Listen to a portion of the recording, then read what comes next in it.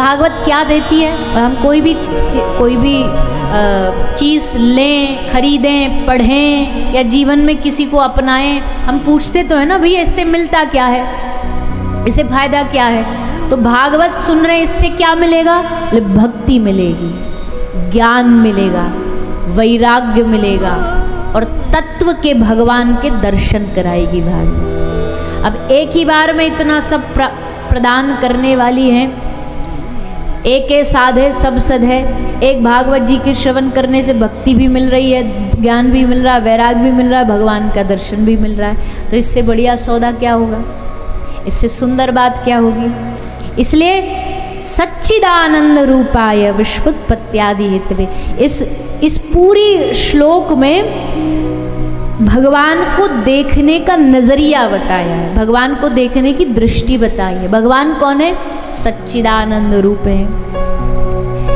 ईश्वरः परमा कृष्ण सच्चिदानंद विग्रह अनादिरादिर गोविंद सर्व कारण कारण। श्री ब्रह्मा जी ने कहा भगवान कौन है? सच्चिदानंद विग्रह। भागवत भी कह रही है, राम सच्चिदानंद दिनेशा, रामचरितमानस भी कह रही है। तो मतलब भगवान को देखने की दृष्टि जिन जिन महापुरुषों ने दी है, उन्होंने भगवान को 3 एंगल से देखा है। एक है सच, एक है चिद और एक है आनंद। तीनों को मिला के सच्चिदानंद बना। भगवान को देखने की पहली दृष्टि है कि उनको देखो सत्य के रूप में देखो। सत्य के रूप में क्यों देखें? बोले सत्य वही होता है जिसका कोई अंत नहीं होता। भगवान का कोई अंत नहीं है। हरि अनंत, हरि कथा अनंता। ना तो भगवान का कोई अंत है, ना उनकी कथा का कोई अंत है। कथा का बताओ कोई अंत हुआ? 10 साल तो आपको हो गए कथा कराते कराते, और 10,000 साल भी हो जाएंगे ना, तब भी ये भागवत कथा उतनी ही नई रहेगी जितनी आज है।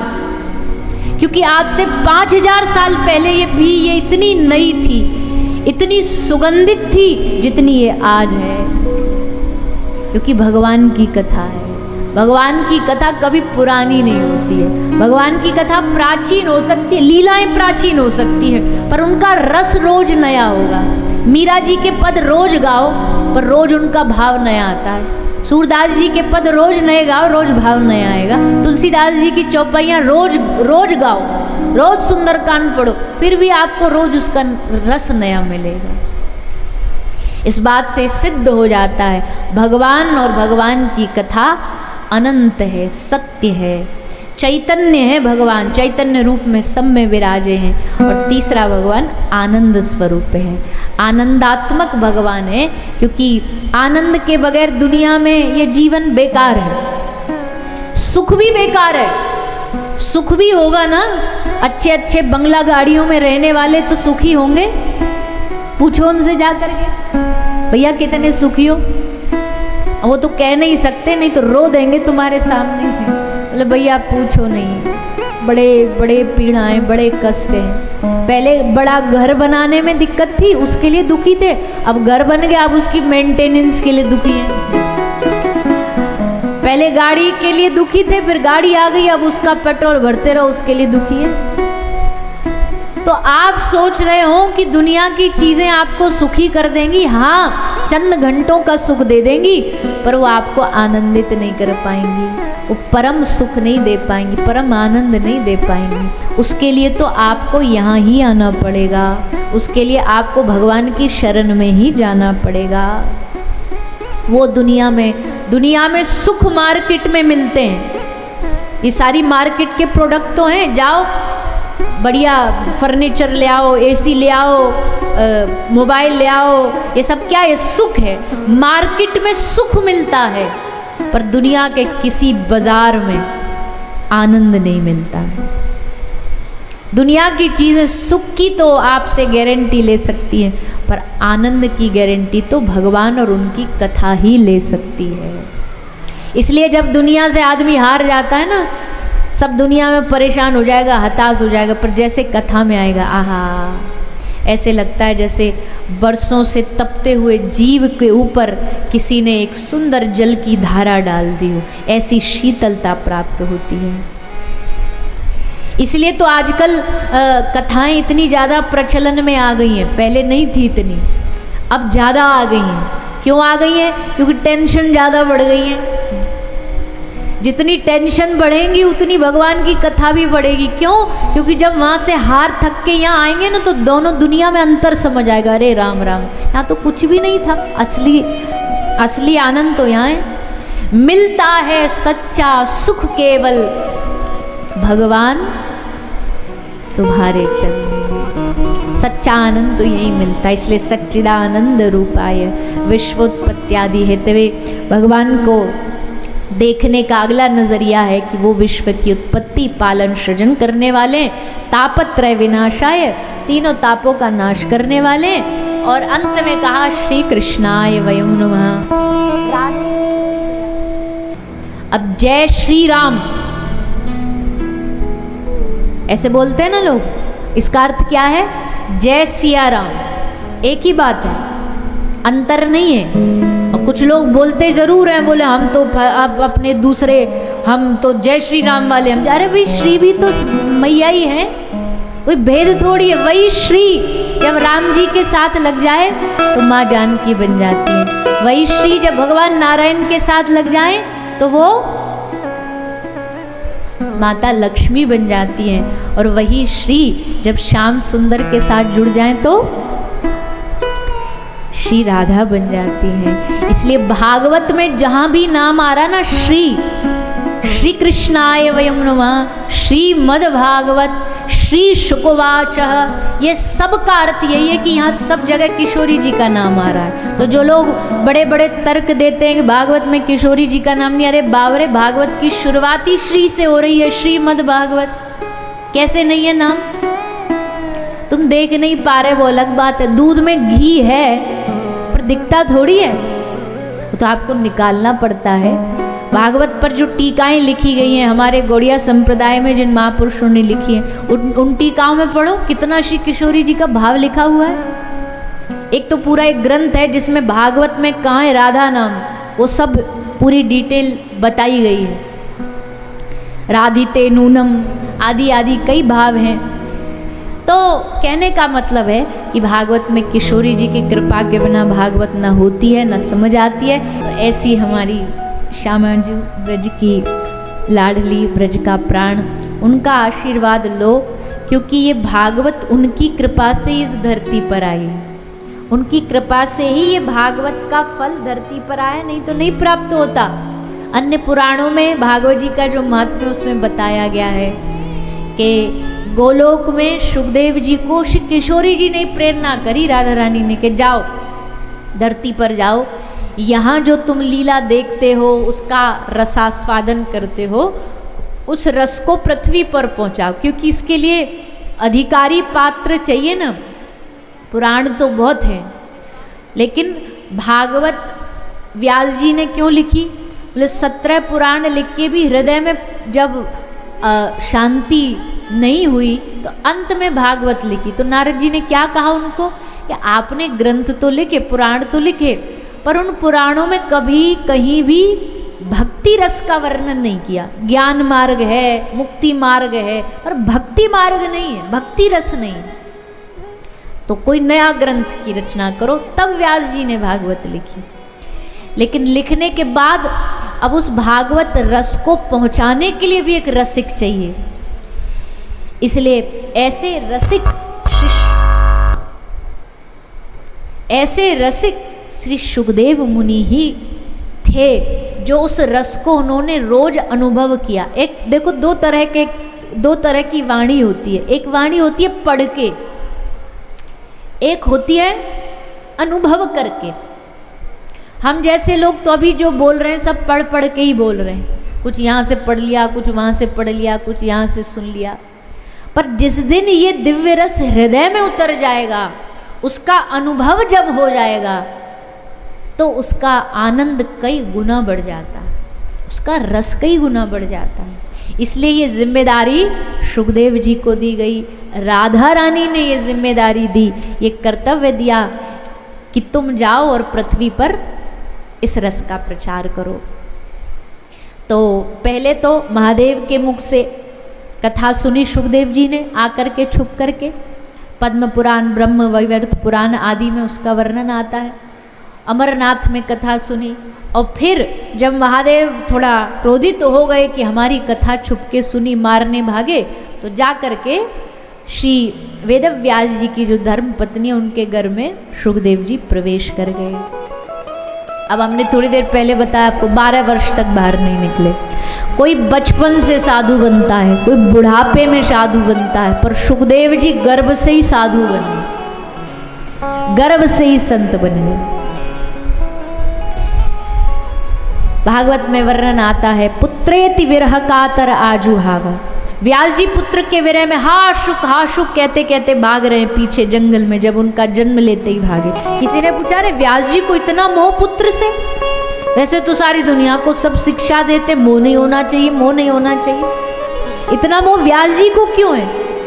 बोले व्यास जी को पुत्र का मोह नहीं है, पर व्यास जी को एक भक्त के वियोग में रो रहे हैं। जानते हैं ये सुखदेव कौन है? ये श्री जी का कृपा पात्र है, राधा रानी का कृपा पात्र है। ये हमसे दूर जा रहा है, तो भगवान का भक्त जब दूर जाए तो वियोग होता है कि नहीं होता? और होना चाहिए। कोई संसार वाला दूर जाए, कोई वियोग की बात नहीं, कि संसार तो आना जाना है, पर लेकिन कोई भगवान का भक्त दूर जा रहा है तो एक बड़ा वियोग है। साधु के जाने पर आंसू आंख से बहे कि अब हमें कौन भगवत कथा सुनाएगा, अब हम कौन भगवान से जोड़ेगा? भक्त का वियोग होना चाहिए। इसलिए व्यास जी पुत्र विरह में नहीं रो रहे हैं, भक्त के बिछुड़ने। मिलत एक दारुण दुख होई, बिछुड़त एक प्राण हर ली। साधु का लक्षण, भक्त का लक्षण क्या है? कि जब मिलते हैं तो सारे दुखों का हरण कर लेते, सब दुख जीरो हो जाएंगे, माइनस हो जाएंगे। साधु का मिलना मतलब दुखों का कैंसलेशन, सब कैंसिल हो जाता है। लेकिन साधु जब बिछड़ता है, साधु जब जाता है, भक्त वैष्णव जब जाता है, तो बिछड़त एक प्राण हर ले, मानो प्राण चले गए साथ में। अब हृदय कहीं मन नहीं लगता। दुष्ट मिलता है तो दुख मिलता है, साधु जब बिछड़ता है तब दुख मिलता है, दुख दे के जाता है। वियोग होना चाहिए। तो इसलिए व्यास जी को पुत्र का मोह नहीं है, भक्त के वियोग में व्यास जी गए। यम प्रव्रजन, जन्म लेते ही प्रव्रजंतम, आसक्ति का भी त्याग कर दिया। अनुपेत, यज्ञोपवीत भी नहीं हुआ। इसका मतलब है भगवत प्राप्ति में, भगवत प्राप्ति वो कर्म के भी अधीन नहीं है। क्रम जो होता है ना कि भाई यज्ञोपवीत हो, नाभिच्छेदन हो, ये सब क्रम है, लेकिन उपनयन होगा। पर भगवत प्राप्ति के लिए ये क्रमों की भी आवश्यकता नहीं है। अपेत कृत्य, संन्यास भी ग्रहण नहीं किया, लेकिन आज द्वैपायन श्री वेदव्यास जी के भजन के फल के प्रताप से खुद भगवान ने, श्री किशोरी जी ने अपना एक परिकर दूत भेजा है सुखदेव जी के रूप में। श्री सुखदेव मुनि, भगवान शंकर ने शुक को कथा सुनाई, वेदव्यास जी से प्रकट हुए। फिर यही भागवत कथा धरती पर लेकर के कौन आया? नैमिषारण्य तीर्थ में, नैमिष्ये निमिषक्षेत्रे ऋषय सौनकादय सत्रम स्वर्गाय लोकाय सहस्त्र सममासत। नैमिषारण्य में सत्र लगा। सत्र और आयोजन में क्या फर्क होता है? यहाँ जो कथा हो रही है ये सत्र है, श्रीमद् भागवत कथा सत्र कही जाती है। सत्र क्या होती है? यज्ञ और सत्र में क्या फर्क है? बोले यज्ञ होता है जहाँ एक यजमान होता है, पर अगर ये भागवत सत्र है तो मतलब यहाँ कोई एक यजमान नहीं है। पहली बात तो हमको समिति वाले बता रहे थे, बोले हम कथा कराते हैं पर हमारा नियम रहता है कथा के यजमान जो हमारे होते हैं वो बाबा श्याम होते हैं, मुख्य यजमान के रूप में वही आगे रहते हैं, प्रतिनिधि के रूप में कोई और रहता है। तो ये भी अच्छा भाव है। और भागवत जी सत्र इसलिए कही जाती है कि यहाँ कोई एक यजमान नहीं है। कौन है? बोले आप जितने भी यहाँ कथा सुनने के लिए आए हो ना, आप सारे की सारे भागवत कथा के यजमान हैं। इसलिए ये कथा सत्र है। यज्ञ में तो आहुति देने के लिए एक मुख्य यजमान बैठता है, वो आहुति देता, सब उसको हाथ, पंडित जी कहते हाथ लगा लो सब, तो वो आहुति देगा और सब पीछे पीछे घर वाले हाथ लगा ले। यहाँ इस कथा में हर व्यक्ति यजमान है। क्यों? क्योंकि यहाँ हर एक आदमी बैठा बैठा आहुति दे सकता है। किस चीज़ की आहुति? अपने दुर्गुणों की आहुति। जो अच्छा लगे, जो बात अच्छी लगे, जो प्रसंग अच्छा लगे, कोई बात दिल को छुए, तो वहाँ अपनी उसी दुर्गुण को, अपनी कमी को स्वाहा वही समर्पित कर दो। सबको यहाँ बैठ के यज्ञ कर सकते। कई लोग हमसे बड़ा प्रश्न करते हैं और हमसे क्या सभी प्रवक्ताओं से पूछते होंगे, अरे भैया कथा तो आजकल बड़ा महंगा खर्चा हो गया है और बड़ा पैसा लगता है और ये है वो है। देखो भैया अब पैसा तो अब लगता ही है। अब बताओ ये जर्मन टेंट नहीं होता तो फिर यहाँ बैठ के कथा सुनते आप? इतनी भारी बारिश में सब उड़ जाता, सब धुल जाता। तो व्यवस्था बनानी पड़ती है। फिर अब टेंट लगवा दिया तो बिछाई भी चाहिए, बिछाई वाला भी पैसा लेगा। बिछाई में भी अगर ये कुर्सियाँ ना होती तो नीचे बैठ के कहाँ सुनते, तो कुर्सी वाला भी पैसा लेगा, स्टेज लगाने वाला भी लेगा, पंखे वाला भी लेगा, लाइट वाला भी लेगा। अब हमें व्यवस्था तो सब चाहिए। अगर व्यवस्था नहीं मिले 10 जाके शहर में बोलेंगे अरे बड़ी बेकार कथा, कुछ था ही नहीं, और ये बोलने के लिए तैयार हो जाते हैं। अब व्यवस्था बनाने के लिए तो धन चाहिए ना भैया। अब धन चाहिए तो फिर क्यों उंगलियां उठाते हैं? मूलभूत व्यवस्था है, कोई ऐसा तो है नहीं कोई यहाँ पे कोई चांद तारे लगा रखे हों, तो मूलभूत व्यवस्था है, इनके बगैर तो चलता नहीं है। पर फिर भी लोग प्रश्न उठाते, बोले आजकल तो कथा भैया बड़ा, गरीब आदमी के तो बस की नहीं है। इन कथावाचकों से कहो फ्री में कथा करके दिखाएं, इनसे कहो हमारे यहाँ वैसे ही आ करके दिखाएं, हम गरीब हैं हमारे यहाँ नहीं आएंगे। अरे भैया कैसी कैसी बात करते हो। और अगर आपको लगता भी है कि आपके पास इतनी व्यवस्थाओं के लिए धन नहीं भी है, तो हम तो एक निवेदन आप सबसे करें, आप कथा कराने की व्यवस्था में धन भले मत लगाइए, पर अगर यहाँ बैठ कर के आपने 7 दिन पूरी डूब के कथा सुनी, मन लगा के सुनी, ठाकुर जी को चित्त में बिठाया, तो जितना यजमान को लाभ प्राप्त होगा ना, फल प्राप्त होगा इस कथा का, उतना इस कथा पंडाल में सबसे पीछे बैठे हुए व्यक्ति को भी प्राप्त हो सकता है। तुम अपनाओ तो कथा की बातों को। भगवान ये थोड़ी कहेगा कि किसने धन लगाया, भगवान अधिक ये देखेंगे कि यहाँ किसने इस कथा को जीवन में उतारा, वो यजमान है इस कथा का। तो बताओ एक भी पैसा लगा यजमान बनने का आपका? एक चवन्नी नहीं लगती। कथा का यजमान हर कोई बन सकता है, हर कोई। बस सुनो, आपसे कुछ लेना देना तो है नहीं। आपको यहाँ लाने के लिए कोई आपसे मांग करी गई कि भैया आप आओ यहाँ आकर के कथा सुनो, इतने रुपया की टिकट है। दुनिया की जगह पर आप जाके देखो, ये गाने नाचने इत्यादि के अलग अलग जो होते हैं, इनमें देखो हजारों हजारों रुपया की टिकट है, लोग जाते हैं। अभी हम अमेरिका से आए तो वो वहाँ नवरात्रि बहुत होती है, क्योंकि गुजराती समाज ज़्यादा होता है, वहाँ ज़्यादा जाते हैं। तो हमें बता रहे थे नवरात्रि में 11,000 हज़ार डॉलर की टिकट बिकती है। 11,000 डॉलर मतलब है वही 9 साढ़े 9 लाख रुपया। और लोग हमने कहा खरीदते हैं? बोला हाँ खरीदते, सब खरीदते। टिकट बिकती है VIP की तो सब लोग जाते हैं। हमने कहा वाह रे भैया, यहाँ तो आपसे एक रुपया नहीं लिया जाता। कोई दुनिया की एक कथा बता दो जहाँ कथा की टिकट लगती हो, और अगर ऐसी कहीं है भी तो हमको लगता है उससे बड़ा दुर्भाग्य कोई नहीं होगा। भगवान की कथा सर्वजन हिताय है, वहन करने वाले हैं वो वहन कर रहे हैं। आपको क्या मची, आप तो बस आओ ना, कथा में डूब जाओ। जिनको भगवान ने धन दिया वो लगा रहे हैं, आपको बस इतना करना, यहाँ बस आओ कथा का आनंद लो। फिर देखो हरिश्चित्तम समाश्रयेत, इस कथा में आके जो डूबेगा, हरि उसके चित्त में आके घर बना ले, उसके चित्त में आके ठाकुर जी बस जाएंगे, और बस नहीं जाएंगे कैद हो जाएंगे। कैद हो जाएंगे। अवरुद्धते, अवरुद्ध हो जाएंगे। बैठना और अवरुद्ध में यही फर्क है। अभी बारिश नहीं हो रही तो आप बैठे हो, पर जब बारिश हो रही थी तब आप अवरुद्ध थे। अवरुद्ध मतलब कि भाई सब बंद, अब बाहर नहीं जा सकते, मजबूरी है, बैठना पड़ेगा। वैसे ही ठाकुर जी भागवत सुन के आके हृदय में बैठते नहीं है। बोले बैठ गए तो बैठने वाला तो फिर ये कभी भी उठ के जा सकता है। भागवत कहती है जब आप कथा में बैठते हो तो ठाकुर जी आपके हृदय में अवरुद्ध हो जाते हैं, कैद हो जाते हैं। अब वो चाहे भी फ्री होना तो हो नहीं सकते।